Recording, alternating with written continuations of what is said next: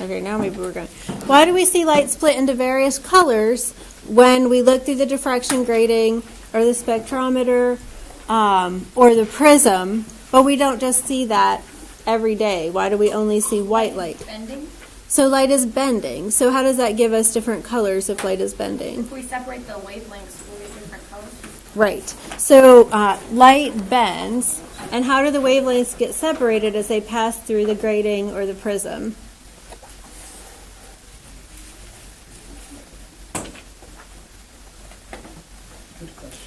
Good question. Let's answer that. So the visible spectrum of light has the entire rainbow, right? Roy G. Biv, red, orange, yellow, green, blue, indigo, violet.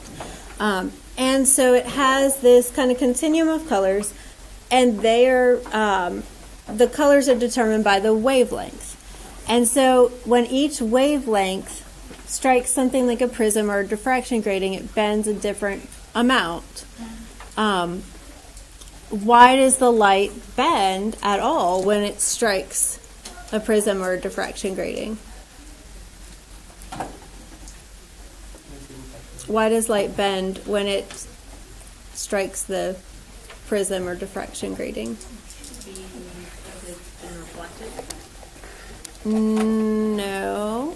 I mean, definitely light bends when it's reflected, but this is passing through, not being reflected off. Did you say reflected or refracted? Reflected. Reflected, no. So reflected would mean it didn't pass through the grating at all. That would be like looking in a mirror, right? Light doesn't pass through a mirror, it just bounces off, and that bouncing off is reflection. But when light passes through a prism or a grating, what is it? What's happening to it? Refracted. So light is refracted or bent. And why? What happens to light when it goes from the air to the glass or the mat? It slows down. It has to slow down. When it leaves the air and goes into a solid, we know that light slows down when it changes media. It has to slow down in the solid. So when it slows down, it bends. And we'll look at more specifics about how it bends, and hopefully you'll pay attention because there's a test question about bending light, and just because it's interesting. So you know that light will slow down as it passes from air to water, or as it passes from air to glass. But then, like that window, we don't really see light changing into its colors and making rainbows when it passes through that window, so why?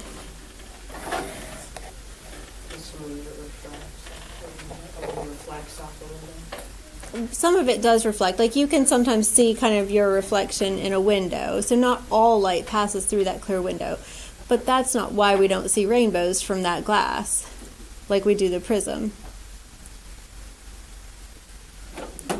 Mom? Is the light not visible to the human eye? No, but good guess, Duchesne. It's because don't your eyes like change it? No, so it changes angle when it enters the glass, but it changes back when it exits the glass. So it's only it's colors in the glass. no, but it's displaced.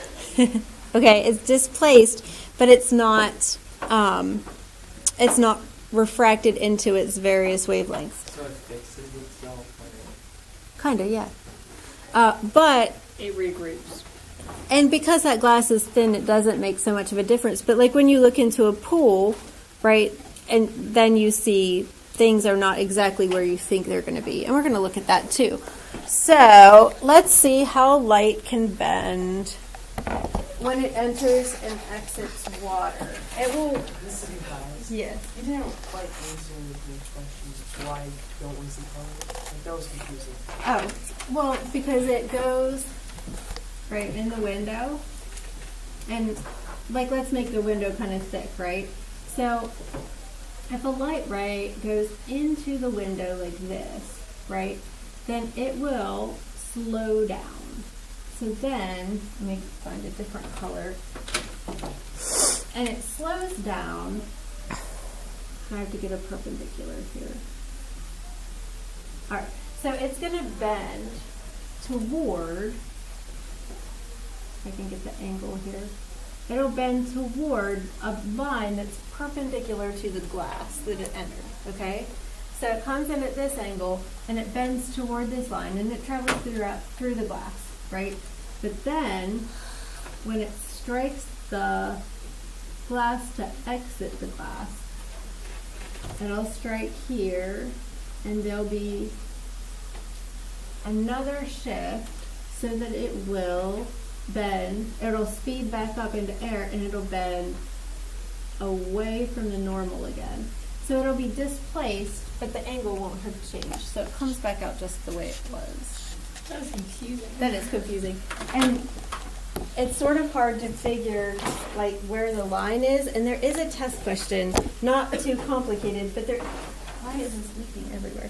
There is a test question where we're looking at, this paper is kind of bent. We're looking at normal lines. So maybe this will kind of clear up. I am going to use monochromatic light because it's just easier to see it bend. So you have no risk at all of getting various colors or wavelengths because this is just one wavelength of light. Oh, I'm going to spill that for sure. Yeah. That's not good at all. I'm already seeing rainbow. All right, so yeah, maybe you do see some rainbow because there are multiple wavelengths and it's entering one media, exiting one media, and because there are angles. That glass is nice and flat, right? But light can be bent and bent as it changes angle here. So if I shine light right down a straight line, you guys might have to stand up to see this because I don't think I allowed myself any room to move.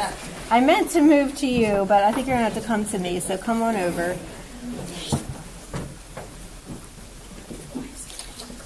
So I'm going to shine this light right along this line, which should be perfectly fine with this line, right? Like if I didn't have that there, right, and I shined this, it would just go right along that line and not bend, right? Mm-hmm. But if it has to change mediums, Oh, it's not spilling. I know, It is. it's a little crooked. If it has, watch the laser Oh, in look, your eye. it points the other direction. It goes on that line instead. No, never mind, it's that one. Can you see where it's coming out right here? It bends like, See, it's also going there. well, yes. Okay, so this shows you two things. The angle of incidence is equal to the angle of reflection. That's the law of reflection. You can see one piece is reflected and it comes out right here. But then the other one comes out not here where we'd expect it, but here, because it bends as it passes through the plastic and water. And so it's basically displaced. Now, if we think this is the normal line, right, the perpendicular line to the place where it's hitting, and it's coming out over here, when it enters, it's bending, right, it's slowing down, so it's going to bend toward the normal. When it exits, it should bend away, but it'll be displaced, and that's why we see this. So what is the angle of incidence? And what is the angle? so these are hopefully 45-degree angles, but it shouldn't matter. Like if I let it go in along this angle, it should come out right along that angle, is right on that line. But like if I change my angle like this, then I change that angle as well, right? Oh, it's reflecting on the shirt. Yeah, it's coming right at Jojo's shirt. But you can see if I change the angle of incidence, I'm changing the angle of reflection. I just can't find my dot. So, yeah, that's kind of, well, I'm going to stop making a mess. Hold on. Scroll on the floor. Yep, scroll on the floor. Yep. And we could see, hopefully, if I fold this piece of paper, we should be able to see that if I shine on the mirror like this, the angle of incidence, actually you have to hit the mirror, is going to equal the angle of reflection. And if I'm actually hitting the line, it will. So can you see that? The angle of incidence equals the angle of reflection? Yes? And if I change the angle, So far it's feeling. yeah, it's hard to aim. And you guys can play with this, but please don't hit each other in the eye with the laser. Right. So